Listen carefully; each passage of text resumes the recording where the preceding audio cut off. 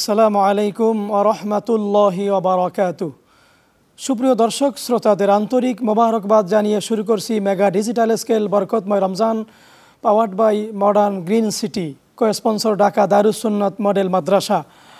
সুপ্রিয় দর্শক শ্রোতা, প্রতিদিনের ন্যায় আজকেও আমরা অত্যন্ত গুরুত্বপূর্ণ একটি বিষয় নিয়ে আলোচনা করব। আল্লাহ রাব্বুল আলামিনের অবারিত রহমত লাভে করণীয়। রমজানুল মোবারকের প্রথম দশক রহমতে ভরপুর। আল্লাহ সুবহানাহু ওয়া তাআলা বৃষ্টির চেয়ে অতিমাত্রায় আরও বেশি পরিমাণে রহমতের ফুলগোদারা তার প্রিয় বান্দা বান্দিদের উপর আল্লাহ নাজিল করেন। এ রহমত আমরা কিভাবে পাব, কিভাবে লাভ করতে পারবো, কি করণীয়, কি বর্জনীয়, এই বিষয়ে আমরা এখন আলোচনা শুনব। আলোচনার জন্য আমাদের সাথে স্টুডিওতে হাজির হয়েছেন দেশ বরেণ্য তরুণ আলেমে দ্বীন, ইসলামী চিন্তাবিদ, উত্তরা দারুস সুন্নাত মডেল মাদ্রাসার সম্মানিত প্রিন্সিপাল, বাইতুস সালাম জামে মসজিদের সম্মানিত খতিব মুহতারাম মাওলানা আনিসুর রহমান নুরি। আসসালামু আলাইকুম ওয়া রাহমাতুল্লাহি ওয়া বারাকাতুহু। কেমন আছেন? আলহামদুলিল্লাহ মুহতারাম, আপনি কেমন আছেন? আলহামদুলিল্লাহ, আল্লাহর রহমতে ভালো আছি। তো আপনি তো বিষয়টা শুনেছেন, আল্লাহর অবারিত রহমত লাভে আমরা কি করতে পারি, যদি এ সম্পর্কে আপনি বলেন। মোবারকবাদ জানাচ্ছি অত্যন্ত গুরুত্বপূর্ণ চমৎকার একটি বিষয়ের অবতারণা করার জন্য। নিশ্চয়ই আপনি জানেন, আল্লাহর হাবিব সরকারে দো আলম নবীজি আমার রহমাতুল্লিল আলামিন, তিনি স্পষ্ট করে তমাম জগতের মানুষদেরকে মেসেজ দিয়েছেন। রমাদান আল কারিমকে আল্লাহ সুবহানাহু ওয়া তাআলা তিনটি ভাগে আল্লাহ ভাগ করেছেন। আউয়ালুহু রহমা, আওসাতুহু মাগফিরা ওয়া আখিরুহু ইতকুম মিনান নার। আমরা নিঃসন্দেহে প্রথম দশকের মধ্যে এখন আমরা অবগাহন করতেছি, অবস্থান করতেছি। রহমত লাভে বান্দার এই সময়গুলোকে অত্যন্ত গুরুত্বপূর্ণ এবং প্রতিটি মুহূর্তকে অত্যন্ত দামি এবং জীবনের শ্রেষ্ঠ সময় মনে করে আমাদেরকে কাজে লাগানো দরকার। আল্লাহর বান্দা যদি আল্লাহর রহমত থেকে নৈরাশ হয়ে যায়, রহমত থেকে যদি দূরীভূত হয়, এই জগতের মধ্যে বান্দার চলা বলা, ওঠা বসা, খাওয়া দাওয়া, ইভেন আল্লাহ তাআলা যে বান্দাকে তার রহমত দিয়ে যে ভরপুর করে রেখেছেন, তা থেকে যদি আমরা বঞ্চিত হই, দুনিয়ায়ও আমাদের জন্য অকল্যাণকর, অশান্তি, এবং আখেরাতের জন্য আমাদের মহা শাস্তি জাহান্নাম আমাদের জন্য অপেক্ষা করছে। তো এই জন্য আমাদেরকে রহমত এর মাধ্যমেই আমাদেরকে জীবন পরিচালনা করতে হবে। আল্লাহ সুবহানাহু ওয়া তাআলার রহমত লাভে আমাদের সর্বপ্রথম যে বিষয়টি আমাদের করণীয়, আল্লাহ সুবহানাহু ওয়া তাআলা বনি আদমকে সৃষ্টি করার সঙ্গে সঙ্গে আল্লাহ তাআলা যে মানব জীবনের সবচেয়ে সর্বশ্রেষ্ঠ যে জীবন বিধান, কমপ্লিট অ্যান্ড কম্প্রিহেন্সিভ, পরিপূর্ণ যে একটা জীবন পদ্ধতি আল্লাহ তাআলা তার হাবিবে কিবরিয়া সরকারে দো আলমের মাধ্যমে দিয়েছেন, আল কোরআন তথা দ্বীন এবং শরীয়তের সমস্ত বিধিবিধানগুলো আমাদেরকে পালন করে চলতে হবে। এটা হলো আমাদের মূল কথা, আমাদের সার কথা, এক কথা। শরীয়তের মধ্যে যদি আমরা চলতে চাই, এখন আমাদের অনেক শাখা প্রশাখার মধ্যে আমাদেরকে চলে যেতে হবে। শরীয়ত যখন আমরা দ্বীন এবং ইসলামের উপরে অটল এবং অবিচল রাখবো, আল্লাহকে এক বলে আমরা মেনে নিলাম, আল্লাহর হাবিব সরকারে দো আলমের রেসালাতের আমরা সাক্ষ্য দিলাম, এর পরপরই আমাদের যে বিধানগুলো আমাদের আসছে, ধারাবাহিকভাবে আল্লাহ তাআলা বান্দার জন্য যে সিস্টেম, যে পদ্ধতি, যে নিয়ম আল্লাহ দিয়েছেন, প্রত্যেকটি নিয়ম পদ্ধতি সিস্টেমকে আল্লাহর গোলাম হিসাবে মাথা পেতে নিয়ে সে মোতাবেক জিন্দেগি করতে হবে। শুকরিয়া, আপনি সুন্দর বলতেছেন। আপনি যদি সংক্ষেপে বলেন যে যেহেতু রমজান মাস চলতেছে, আমরা রহমত লাভে এই রমজান মাসে আমরা কি করব? সর্বপ্রথম রমজানে রহমত লাভের জন্য আমাদের আল্লাহর বিধানগুলো পাশাপাশি প্রথম দশকে যে বিষয়গুলো আমাদের অতীব গুরুত্বপূর্ণ এবং জরুরি মনে করা, আল্লাহ সুবহানাহু ওয়া তাআলার হাবিব সরকারে দো আলম বলেন যে রমজানে একটা নফল যদি বান্দা আদায় করে, একটা ফরজের সমপরিমাণ সওয়াব আল্লাহ দিবেন। রহমত লাগে সর্বপ্রথম আমাদের যে বিষয়গুলো, শরীয়তের বিধানগুলো মানার পাশাপাশি আমাদেরকে আল্লাহ সুবহানাহু ওয়া তাআলার কোরআনকে আমরা বেশি বেশি আমরা তেলাওয়াত করতে পারি। আল্লাহর হাবিব সরকারে দো আলম পবিত্র কোরআন আল কারিমের মধ্যে স্পষ্ট করে বলেছেন, ওয়াইদা কুরিয়াল কোরআন, যখন কোরআন তেলাওয়াত করা হয় কিংবা কোরআন পড়া হয়, যে তেলাওয়াত করলো কিংবা যদি আমি পাশে থাকি, যদি শ্রবণ করি, আল্লাহর হাবিব সরকারে দো আলমের মেসেজ কোরআন আমাদেরকে জানিয়েছে, আমরা এর মাধ্যমে আল্লাহর রহমত লাভ করতে পারবো। কোরআন তেলাওয়াতের পাশাপাশি আমরা সরকারে দো আলমের উপরে বেশি বেশি দরুদ শরীফ পড়তে পারি। রাসূলুল্লাহ বলেছেন, আমার উম্মত যদি আমার উপরে একবার দরুদ শরীফ পড়ে, অনলি ওয়ান, একবার দরুদ শরীফ পড়বে, আল্লাহর হাবিব সরকারে দো আলম বলেন আল্লাহ তাআলা 10টি রহমত আল্লাহ আমাদেরকে দান করবেন। পাশাপাশি আমাদের রহমত লাভে আল্লাহর কাছে বেশি বেশি ক্ষমা প্রার্থনা করা দরকার। আল্লাহর কাছে বান্দা যখন ক্ষমা চাইবে, ইস্তেগফার পাঠ করবে, আল্লাহ তাআলার রহমতের দরিয়ায় জোশ মেরে যাবে। বান্দার জন্য আল্লাহ রহমতের ধারা উন্মুক্ত করে আল্লাহ অফুরন্ত রহমতের ওয়া নাযালাত আলাইহিমুস সাকিনা, আল্লাহ সাকিনা নামক রহমত নাজিল করে বান্দাকে মাফ করে বান্দাকে তার প্রিয় করে নেবেন।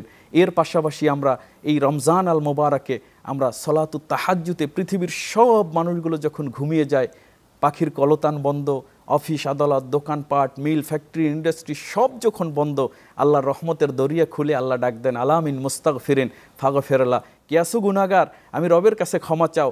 কে আসো রিজিকের অভাবে, আমি রবের কাছে বলো। কার রহমতের দরকার, আমি রবের কাছে বলো। আমি রবকে ডাকো, আমি রবের গোলামি করো। আমি রবের গোলামি যদি করতে পারো, আমি রব্বুল আলামিন আমার রহমত নিয়ামত দিয়ে আমি তোমাকে ধন্য করে দেব। শুকরিয়া, জাযাকাল্লাহ, চমৎকার বলছেন। আমরা আবারও আপনার কাছে ফিরে আসবো ইনশাআল্লাহ। সুপ্রিয় দর্শক শ্রোতা, আপনারা দেখছেন মেগা ডিজিটাল স্কেল বরকতময় Ramzan, powered by Modern Green City, cosponsor Dhaka Darus Sunnat Model মাদ্রাসা। সময় হয়েছে বিজ্ঞাপন বিরতির, ফিরবো একটু পরেই, সাথেই থাকুন।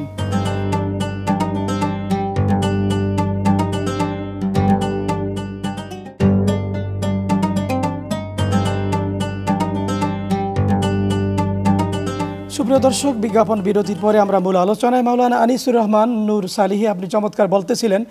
আপনার কাছে আমরা জানতে চাইব, রহমত লাভে আমরা কি আমল করতে পারি? যে রহমত লাভের আমলগুলো আমরা ধারাবাহিকভাবেই বলতেছিলাম। কোরআন তেলাওয়াত, 5 ওয়াক্ত নামাজের পাশাপাশি অতিরিক্ত নফল বন্দিগি, কোরআন তেলাওয়াত, আল্লাহ তাআলার কাছে ক্ষমা প্রার্থনা করা। আমি আরেকটি বিষয় আমি হাদিস পাকের মধ্যে স্পষ্ট দেখেছি, আল্লাহর রহমত লাভে আমাদের সমাজে এই আমলটা বা এই প্রচলনটা খুব কম, রেয়ার, নাই বললেই চলে। বান্দা বান্দার মধ্যে যখন মন মালিন্য হয়, ঝগড়া ফাসাদ সৃষ্টি হয়, কোনো মুমিন বান্দা যদি এই ঝগড়াটা মিটিয়ে দেয়, তার দ্বন্দ্বটা যদি দূর করে দেয়, সংশোধন করে দেয়, এক জায়গায় এক করে দেয়, রাসূলুল্লাহ সাল্লাল্লাহু আলাইহি ওয়াসাল্লাম বলেন ওই বান্দার উপরে আল্লাহ তার অবাধৃত রহমত আল্লাহ নাজিল করবেন। সুবহানাল্লাহ। আমরা কিন্তু এই কাজ থেকে অনেক দূরে। সমাজের মধ্যে যদি দেখি ভাই ভাই দ্বন্দ্ব লাগছে, আমরা সেখানে মীমাংসা করার পাশাপাশি, মীমাংসা করা তো দূরের কথা, আরও এমন কতগুলো কথা বলে বেড়াই যাতে আরও ঝগড়াটা দ্বন্দ্বটা আরও বেশি বেড়ে যায়। এটা না করে একজন মুমিনের বৈশিষ্ট্য হলো আল্লাহর রহমত লাভে যদি নিজেকে ধন্য করতে আমরা চাই, আমরা এই কাজগুলো আমরা সমাজের করতে পারি। এখন সমাজের রন্ধ্রে রন্ধ্রে, পাড়ায় মহল্লায়, গ্রামে গঞ্জে, ভাইয়ে ভাইয়ে, বাবা পুত্রে, এরকম দ্বন্দ্ব কিন্তু লেগেই আছে।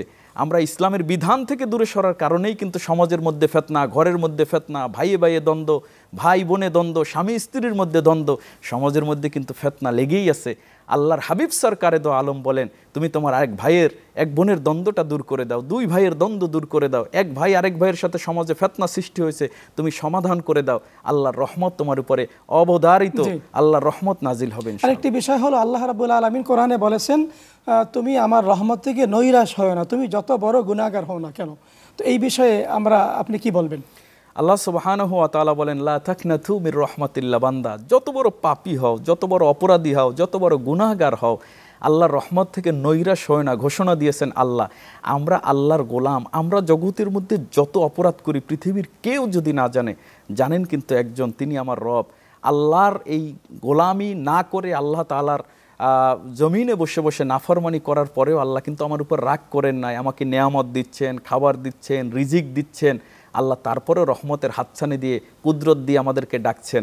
রহমত থেকে নৈরাশ হওয়া যাবে না। আমরা যত বড় গুনাহগার করি, আমার গুনাহ যদি পাহাড় সম হয়, আমি জগতের সবচেয়ে নিকৃষ্ট যদি বেশি, আমি আল্লাহর একজন পাপী বান্দাও হয়ে থাকি, আমি যদি আল্লাহকে আল্লাহ বলে স্বীকার করি, আল্লাহর সিদ্ধান্তগুলো যদি আমি মানতে পারি, কোনো এক সময় যদি তাওবার মাধ্যমে আল্লাহর কাছে আমি ফিরে যেতে পারি, পাহাড় সম গুনাহও আল্লাহ তাআলা মাফ করে রহমতের কোলে আল্লাহ তুলে নিবেন। এটা আল্লাহ তাআলা রহিম আর রহমান আদ দুনিয়া রহিম আল আখিরা। আল্লাহ তাআলা বান্দাকে অবশ্যই দয়ার নজর দিবেন। আল্লাহ তাআলা অবশ্যই বান্দার উপরে রহমত নাজিল করবেন যদি আমরা আল্লাহ তাআলাকে কায়মনোবাক্যে বিনয়ের সাথে চোখের পানি ছেড়ে দিয়ে আমরা যদি আল্লাহকে ডাকতে পারি। আমাদের অন্তরটা মরে গেছে, আমাদের কলবটা এখন আর জিন্দা নেই। আমরা অনেকে আবার কলব মানতে চাই না। রাসূলুল্লাহ বলেছেন, বান্দার দেহের মধ্যে গোশতের একটা টুকরা আছে, এটা যদি তার ভালো থাকে, গোটা দেহটা ভালো থাকে। এই গোশতের টুকরাটাকে আমাদের সতেজ রাখতে হবে, তরুতাজা রাখতে হবে, এটাকে আমাদের পবিত্র রাখতে হবে, পরিচ্ছন্ন রাখতে হবে। হালাল রিজিকের মাধ্যমে আমাদের জীবনকে গড়তে হবে, সত্য ন্যায়ের পথে আমাদেরকে চলতে হবে, মিথ্যা থেকে আমাদের দূরে থাকতে হবে। হালাল পথে জীবন, সত্য কথা বলা, সুন্দরভাবে আল্লাহর জমিনে বিচরণ করা, আল্লাহর বিধিবিধানগুলো মেনে চলা, হিংসা, বিদ্বেষ, গীবত, শেকায়েত, পরনিন্দা, পরশ্রীকাতরতা, এই সমস্ত বদ স্বভাব ছেড়ে আমরা যদি আল্লাহর জমিনে আল্লাহর একজন মাটির মানুষ আমরা হতে পারি, আল্লাহর জমিনে যদি আল্লাহর একজন নগণ্য নাচিস অধম নিজেকে সবচেয়ে ছোট মনে করে আমরা যদি আল্লাহর একটা বান্দা হিসাবে আমরা নিজেকে গড়তে পারি, আল্লাহ তাআলা তো রহমত দেওয়ার জন্য আমাদের জন্য আল্লাহ রহমতের দরিয়ে খুলে অপেক্ষমান। আল্লাহ তাআলা তো দিতে চাচ্ছেন, নেওয়ার জন্য আমাদের যা দরকার আমরা সেটা করতে পারি না। রমজান হলো আমাদের সেই রহমত লাভের অফুরন্ত সুযোগ আল্লাহ আমাদেরকে করে দিয়েছেন। আমরা অবশ্যই এই কাজগুলোর মাধ্যমে আল্লাহর রহমত লাভে নিজেকে ধন্য করার চেষ্টা করব। জাযাকাল্লাহ মাওলানা আনিসুর রহমান নূর সালেহী, আপনি চমৎকার বলেছেন, আপনাকে অসংখ্য মোবারকবাদ। আপনাকেও মোবারকবাদ। সুপ্রিয় দর্শক, আপনারা দেখেছেন, শুনেছেন আল্লাহর অবারিত রহমত লাভে কী করণীয় সম্পর্কে চমৎকার আলোচনা করা হয়েছে। এখানে আরেকটি বিষয় খেয়াল রাখতে হবে, আল্লাহর অবারিত রহমত লাভের জন্য তারাবি নামাজ পড়তে হবে। তারাবির নামাজে কোরআনুল কারীম খতম করা হয়, সুললিত সমুদ্র কণ্ঠে তেলাওয়াত করা হয়। তারাবির নামাজ আমরা 20 রাকাত পড়ব এবং করোনা ভাইরাসের পরে মক্কা মদিনায় 10 রাকাত তারাবি হয়, কিন্তু 8 রাকাতের ব্যাপারে কোনো হাদিস নেই। তারাবি নামাজ 20 রাকাত, আমরা 20 রাকাত তারাবির মাধ্যমে, শুধুমাত্র রমজানের জন্য এটা খাস, অন্য 11টি মাসে তারাবি নামাজ নেই।